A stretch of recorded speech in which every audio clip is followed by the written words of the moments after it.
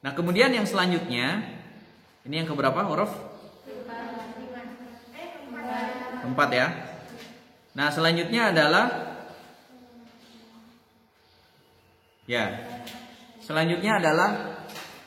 syar'u man qablana. Ya. Mudahnya ini syar'u man qablana ini adalah syariat nabi-nabi sebelumnya, sebelum Nabi Muhammad. Ya, syariat sebelum Nabi Muhammad. Misalkan kita mengenal hari ini ada istilah saum Daud. Berarti itu syariatnya Nabi Daud. Nah, itu tetap dipakai kan hari ini. Jadi syar'u man qablana ini adalah syariat-syariat Nabi sebelumnya. Ya. Misalkan di sini poin yang pertama dijelaskan tentang disebutkan di dalam Al-Qur'an, di dalam As-Sunnah, ya, syariat tersebut dan itu tidak dihapus. Artinya ditetapkan kembali. Jadi Al-Qur'an ini sebagai fungsi. Kita kembali ke materi dalil syar'i yang pertama, Al-Qur'an. Fungsi Al-Qur'an itu diantaranya adalah menetapkan kembali atau menyempurnakan dari syariat-syariat kitab-kitab suci yang sebelumnya. Menyempurnakan, kemudian menetapkan kembali dari syariat-syariat kitab suci sebelumnya. Ada Zabur, ada Taurat, ada Injil. Ya, termasuk misalkan di dalam saum, puasa. Jadi puasa ini disyariatkan bukan hanya kepada umat Islam, tetapi umat sebelumnya juga sudah ada syariat puasa itu. Kemudian ditetapkan lagi untuk umat Islam. Nah, ini disebutkan kan di dalam Al-Quran dan As-Sunnah. Kutiba alaikumus syiyam kama kutiba, sebagaimana diwajibkan, ya, bagi orang-orang min qablikum, dari sebelum umatnya Nabi Muhammad. Terus poin yang kedua di sini juga disebutkan yang disebutkan dalam Al-Quran dan As-Sunnah, tapi syariat tersebut dihapus. Ya, contohnya di sini dijelaskan adalah syariatnya taubat di zaman Nabi Musa alaihissalam dengan cara membunuh diri. Nah, ini sudah tidak berlaku sekarang. Atau misalkan di zamannya Nabi Yakub boleh menikahi kakak beradik secara sekaligus. Nah, ini sudah tidak ada. Ini tidak boleh di dalam Islam. Yang boleh itu kalau misalkan menikahi kakaknya, kemudian setelah itu kakaknya meninggal, nah kemudian menikahi adiknya, nah itu boleh. Tapi secara berbarengan menikahi kakak beradik, nah ini tidak boleh. Jadi disebutkan di dalam Al-Quran dan As-Sunnah, tetapi syariat tersebut sudah dihapus. Tapi ayat dan hadisnya ada untuk menunjukkan bahwa syariat itu pernah ada, tapi telah dihapus. Yang ketiga, disebutkan di dalam Al-Quran dan atau As-Sunnah, tetapi tidak ditetapkan kembali dan juga tidak dihapus. Nah, ini memang para ulama berbeda pendapat. Kalau yang pertama tadi disebutkan di dalam Al-Quran dan As-Sunnah kemudian ditetapkan kembali, ini sepakat. Termasuk juga yang kedua tadi disebutkan dalam Al-Quran atau As-Sunnah tetapi secara hukumnya dihapus, ini sepakat. Nah, yang berbeda pendapat adalah yang ini. Disebutkan di dalam Al-Quran dan As-Sunnah tetapi hukumnya tidak ditetapkan kembali ataupun tidak dihapus. Nah, ini para ulama berbeda pendapat. Walaupun ya jumhur ulama mengatakan, jumhur ulama itu berarti masuk di dalamnya adalah Malikiyah, Hanafiyah, Syafi'iyah. Disebutkan bahwa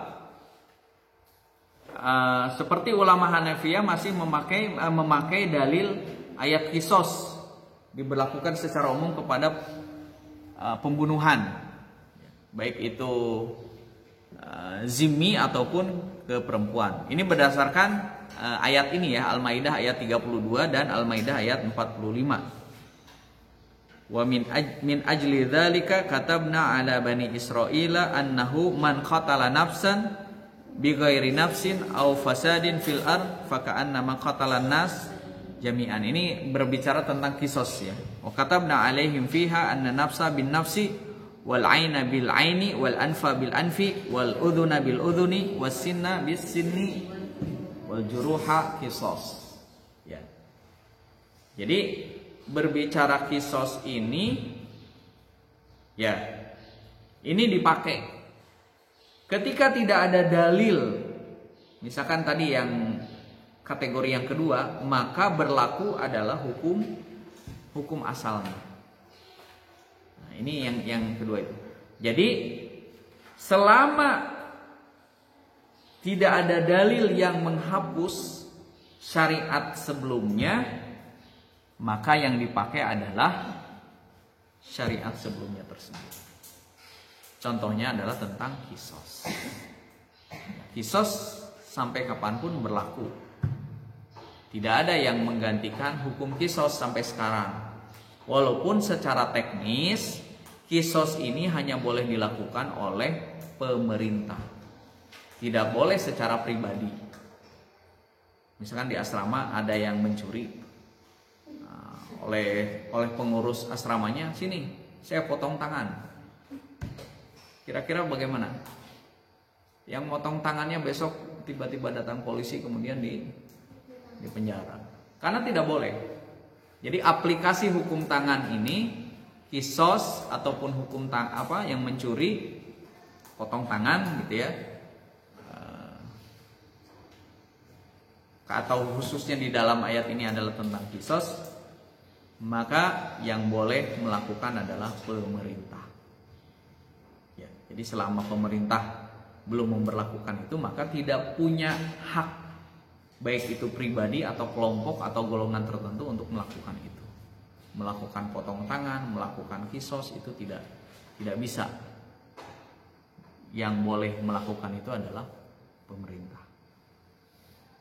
Oke ya, ini syar'uman qoblana. Contoh-contohnya tadi ya, terkait dengan Ramadan, kemudian terkait dengan syariat yang sudah dihapus. Nah, kemudian termasuk ini terkait dengan hukum potong tangan. Jadi selama tidak ada syariat yang baru menetapkan atau menghapus, maka kembali ke hukum asalnya. Hukum asalnya seperti apa? Oh, kisos. Walaupun tidak ditetapkan, tidak ada ayat-ayat yang menetapkan kembali ataupun tidak ada ayat yang menghapus ya, ataupun ayat atau dalil yang menghapus syariat tersebut, maka kembali ke hukum asalnya. Baik ya. Nah, selanjutnya, nah ini yang terakhir ya, yang terakhir mazhab Sahabi, atau sering juga kita mengenalnya dengan istilah kaul Sahabi. Mazhab Sahabi atau kaul Sahabi. Nah, para ulama berbeda pendapat. Kalau kaul atau mazhab kan sudah jelas ya, artinya kaul itu berarti perkataan, atau kalau mazhab berarti ijtihad ataupun pendapatnya para sahabat. Nah, siapa sahabat? Nah, di sini ada perbedaan pendapat. Definisi sahabat berdasarkan ahli hadis dan definisi sahabat berdasarkan ahli usul fikih. Ya. Yang di dalam surat apa? Surat yang Muhammadur Rasulullah itu, surat Al-Fat ya, ayat terakhir ya. Di situ kan dijelaskan Muhammadur Rasulullah walladzina ma'ahu. Nah, walladzina ma'ahu itu adalah sahabat. Siapa sahabat? Ya, sahabat itu kalau berdasarkan definisinya ahlu hadis adalah bertemu dengan Rasulullah walaupun hanya satu kali bertemu, beriman dan meninggal dalam keadaan iman. Itu sahabat. Jadi walaupun bertemu sebentar dan hanya satu kali bertemunya, kemudian dia beriman, kemudian meninggal dalam kondisi beriman, maka disebut sahabat. Kalau Abu Jahal sahabat? Bukan. Karena walaupun bertemu dengan Rasulullah, sering bertemu dengan Rasulullah, tapi tidak beriman. Di masa Rasul tidak beriman, kemudian sampai meninggal dia tidak beriman, maka tidak disebut sahabat. Itu berdasarkan definisinya ahlu hadis. Tapi kalau berdasarkan definisinya ahlu usul fikih, lebih spesifik lagi. Jadi bertemunya tidak hanya satu kali. Jadi sering bertemu. Ya secara logika kan kalau misalkan kita nih di jalan ketemu orang, Assalamualaikum, siapa namanya?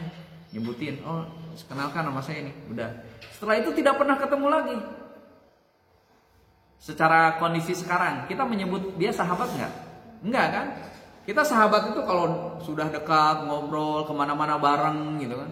Kalau misalkan lagi butuh duit dibantuin, kita baru menyebutnya itu adalah sahabat gitu. Atau sama-sama di asrama selama setahun, selama 2 tahun gitu kan. Nah itu definisi yang diambil oleh para ahli usul fikih. Dalam rangka apa? Karena kalau hanya sekali ketemu, dia belum paham tentang apa yang disabdakan Rasulullah, tentang ayat dan lain sebagainya. Karena tujuannya adalah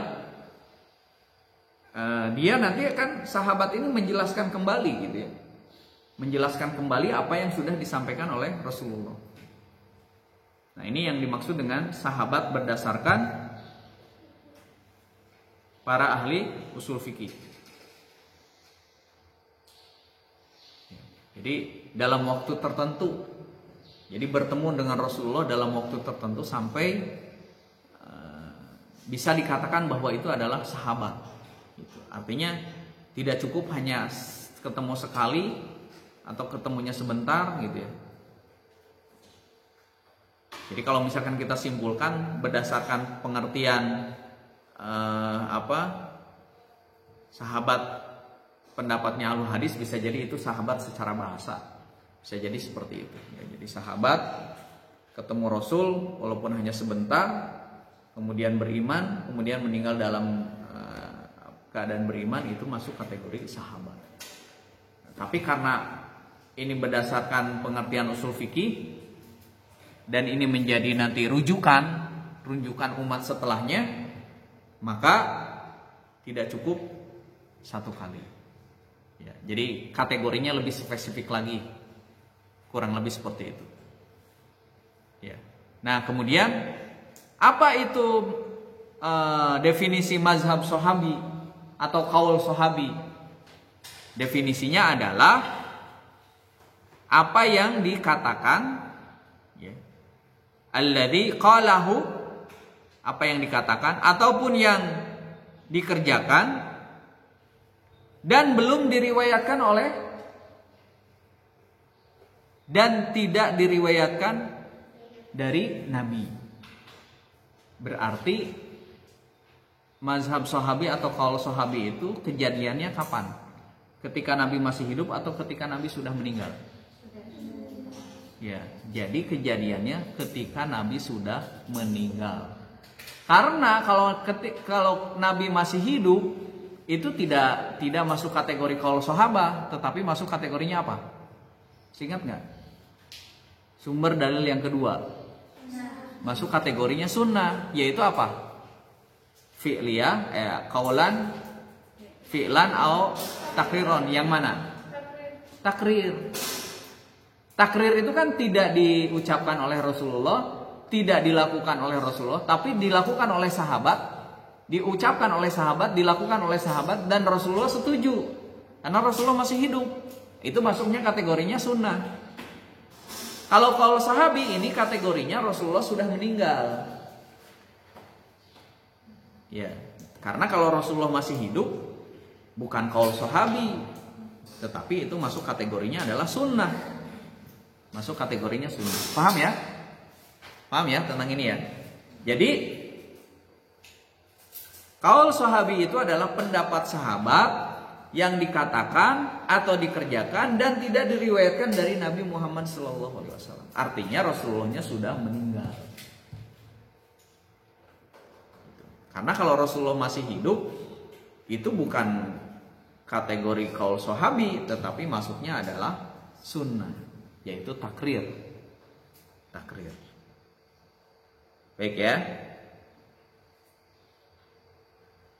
Nah, sehingga di dalam kajian usul fikih ada poin-poin ini kaitannya dengan qaul sahabi.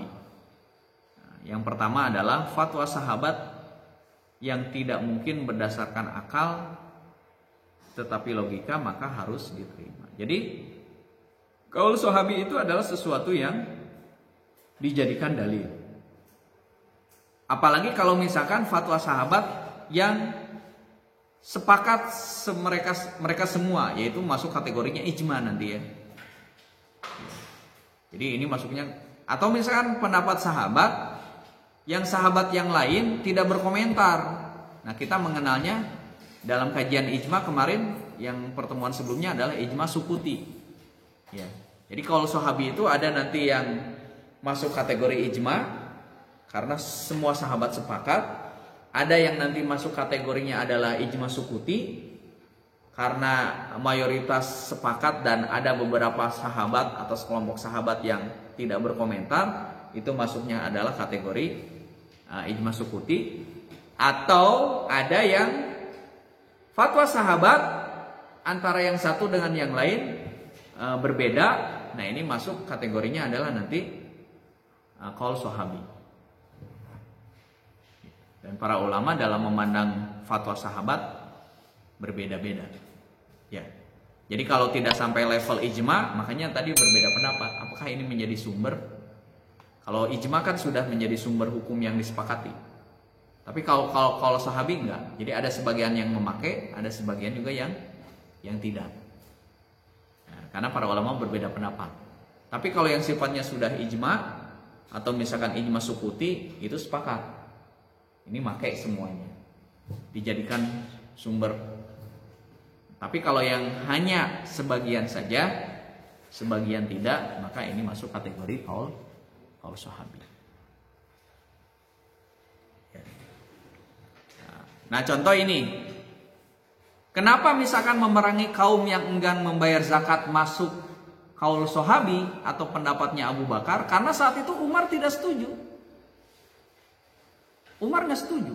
Umat Islam kenapa diperangi?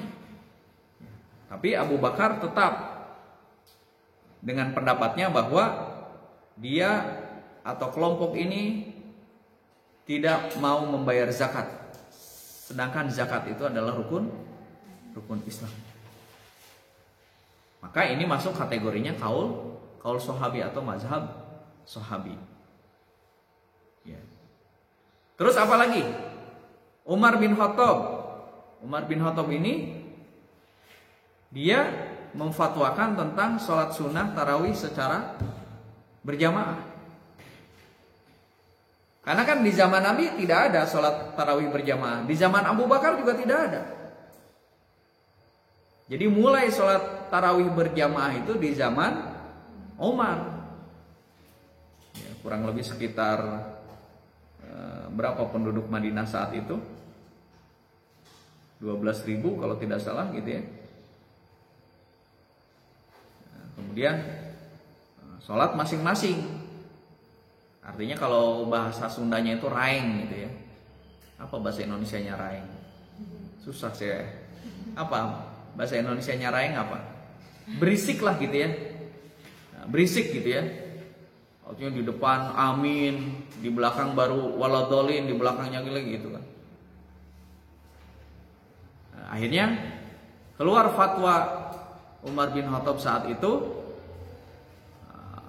mulai besok sholat tarawih berjamaah. Dan ternyata pas besoknya sholat tarawih berjamaah rapi gitu kan. Kemudian syiarnya terdengar dan lain sebagainya. Kemudian sampai Umar, kita mengenal dengan ungkapan Umar, ni'mal bid'ah hadza gitu ya. Sebaik-baik bid'ah itu adalah ini. Ya, kurang lebih ya. Redaksinya kurang lebih Umar mengatakan hal itu. Jadi sebaik-baik bid'ah ini sholat tarawih berjamaah. Ya. Sehingga dari peristiwa ini juga para ulama menyimpulkan bahwa yang namanya bid'ah itu ada bid'ah yang baik, ada bid'ah yang ada bid'ah hasanah, ada bid'ah sayyi'ah. Ya. Jadi bid'ah itu ada yang baik, termasuk bid'ah ini. Gitu ya. Atau misalnya contoh yang lain apa? Utsman bin Affan. Utsman bin Affan ini memperbanyak mushaf. Ya, setelah proses seleksi ditulis, kemudian yang lain kemudian dibakar, dihanguskan, dan mushaf yang sudah disusun berdasarkan para ahli Al-Quran saat itu dikumpulkan sebuah tim. Kemudian setelah ada contohnya satu, ya, kemudian Utsman mengeluarkan fatwa untuk memperbanyak, untuk dicetak, ya, sehingga kita mengenalnya hari ini mushaf yang kita pegang itu adalah mushaf Utsmani. Karena zaman memperbanyak, mencetak sebanyak-banyaknya Al-Quran itu dimulai sejak zaman di masanya Utsman bin Affan. Nah, sehingga kalangan Syiah tidak setuju. Ya. Kalangan Syiah itu dia beranggapan bahwa mushaf Utsmani itu adalah bukan mushaf yang original. Mushaf yang original itu adalah mushaf Fatimah. Begitu ya. Sehingga kalangan Syiah mengatakan seperti itu. Atau misalkan fatwa Utsman yang lainnya adalah ketika sholat Id berbarengan dengan sholat Jumat. Apa yang kita ketahui, kalau bagi laki-laki ya khususnya, kalau perempuan kan tidak wajib Jumat, ya, zuhur. Jadi kalau bagi laki-laki sholat Id bertepatan dengan hari Jumat, misalkan ya sholat Idul Fitri bertepatan dengan hari Jumat. Pagi-paginya kita kan sholat Idul Fitri, ya kan? Nah, dari fatwa ini nanti siangnya itu tidak usah Jumatan. Gitu. Walaupun nanti mazhab Imam Syafi'i tergantung dia statusnya mukim atau safar. Kalau mukim tetap sholat Jumat lagi, walaupun hukum sholat Jumatnya menjadi sunnah, tidak wajib. Karena paginya sudah sholat Idul Fitri atau sholat Idul Adha.